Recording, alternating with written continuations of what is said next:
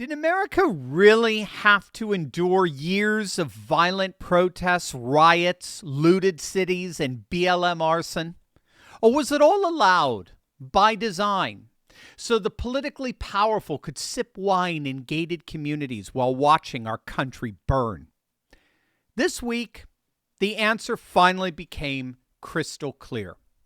President Trump has officially unleashed federal power to end years of Antifa-fueled chaos, and even the federal courts are backing him up. Trump has delivered the law and order restoration Democrats have been dreading. The whole nation is watching these woke ultra-left anarchists run scared, and we're going to find out why he's just getting started.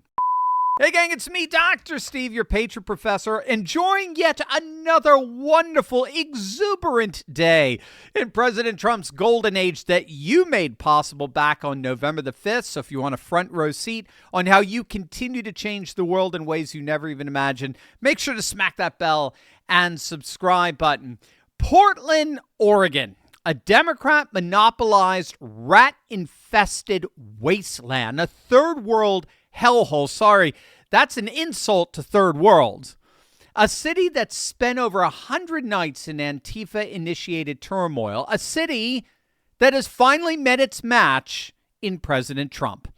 The game just took a dramatic turn. Remember that left-wing lunatic disguised as a federal judge who issued a temporary restraining order over the weekend, blocking President Trump from deploying the Oregon National Guard troops to Portland? Yeah, well, she was just told to shove it by her judicial colleagues. The Ninth Circuit Court of Appeals unanimously, yes, you heard that right, unanimously lifted this activist judge's restraining order on Trump's mobilization of Oregon National Guard troops. And so now the National Guard, together with federal agents, are descending en masse on this third world Democrat imploded city with one ruthless mission: restore law and order once and for all.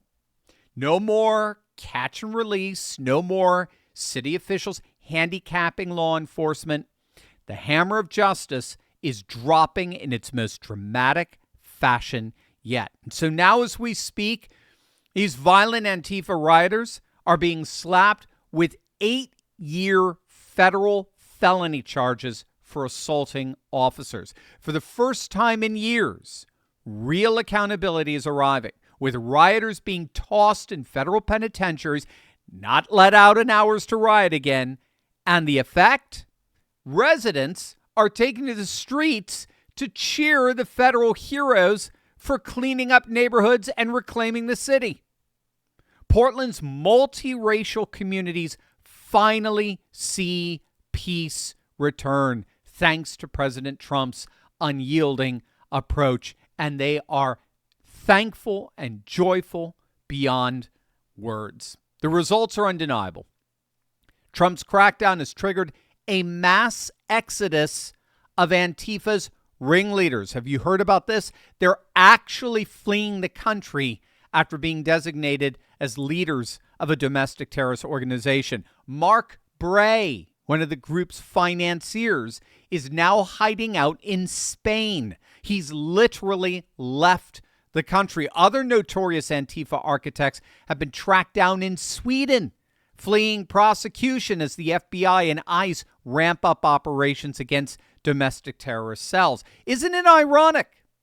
You know, for years, the legacy media insisted Antifa had no leaders. They had no hierarchy. They had no structure. They had no formal funding. And yet now we see those very non-existent leaders are leaving the country. Their so-called non-existent masterminds are proven real, and they're running scared, begging their followers to keep fighting, all the while they flee like cowards. Absolutely pathetic. But President Trump isn't stopping with the arrests. At the roundtable yesterday with frontline journalists and aides, Trump announced plans to officially designate Antifa as a foreign terrorist organization, a move now possible thanks to discoveries linking Antifa to networks in Europe and the Middle East. Go ahead. Who are you with? Who are you with? The Center Square. I had the honor of asking you originally if you would designate Antifa a terror organization. And I stand here before you today, and I'm echoing what Andy said over here. Are you going to work with your administration as the Secretary of State's here? Are you going to work with your administration to designate it a foreign terror organization? You mean a terror? Antifa? A foreign terror organization. Well, has that been done? Pretty close, right? Would you like to see it done? Yes, Mr. President. Do you think it would help? They have foreign I'd be links glad all to across do it. I Western think it's Europe. the kind of thing I'd like to do. If you'd like, does Middle everybody East. agree? If you agree, I agree. Let's get it done, okay? Let's get it done. Marco, we'll take care of it. Mr. President. That's international, you mean? Yes. International. Mr. President. Sounds good to me. Foreign terror organization. Steve, are you okay with it? Yes, it's true. There are extensive foreign ties, and I think that would be a very valid step to take. Good, I think so too. Yes. Good, I think it's a good point. He's so freaking amazing. I mean, that's one of the most common observations about Trump among those who've had a personal audience with him. We make suggestions, and he actually listens. And if he thinks it's a good idea, he turns to his people and he says, all right, let's make it happen. Do it. Make it so. He is the living embodiment of a man of action. And as you just heard, Secretary of State Marco Rubio, the Deputy Chief of Staff Stephen Miller, they both agreed foreign terror designation is the next step to crush these violent extremists at their source, which would mean that these supposedly non-existent leaders can run, but they can't hide. They will be tracked down, even in Europe as well. When I first wrote America Awaken, I truly believed I'd captured the full picture. You know, the woke cultural collapse, the rise of the parallel economy, and the roadmap back to faith, family, and freedom. But in just the last few months, the landscape has shifted, and I realized there was more to say, much more. That's why, for the first time ever, I'm hosting the America Awaken Masterclass, and in it, I'll reveal the unwritten chapters, everything I would add if I were rewriting the book today. And we were talking behind the scenes, political momentum, economic upheaval, and the emerging blueprint to take back our nation, raw, real, and completely unfiltered. If you've read the book, this takes you deeper. If you haven't, this is the perfect place to begin. Now, seats are limited. Click the link, claim your spot, and be part of the next great awakening. I'll see you in the masterclass. It's going to be awesome. Now, this is the power of designating Antifa, both a domestic and international terrorist organization. The president has unleashed the full arsenal of federal law enforcement to systematically dismantle these violent anarchists.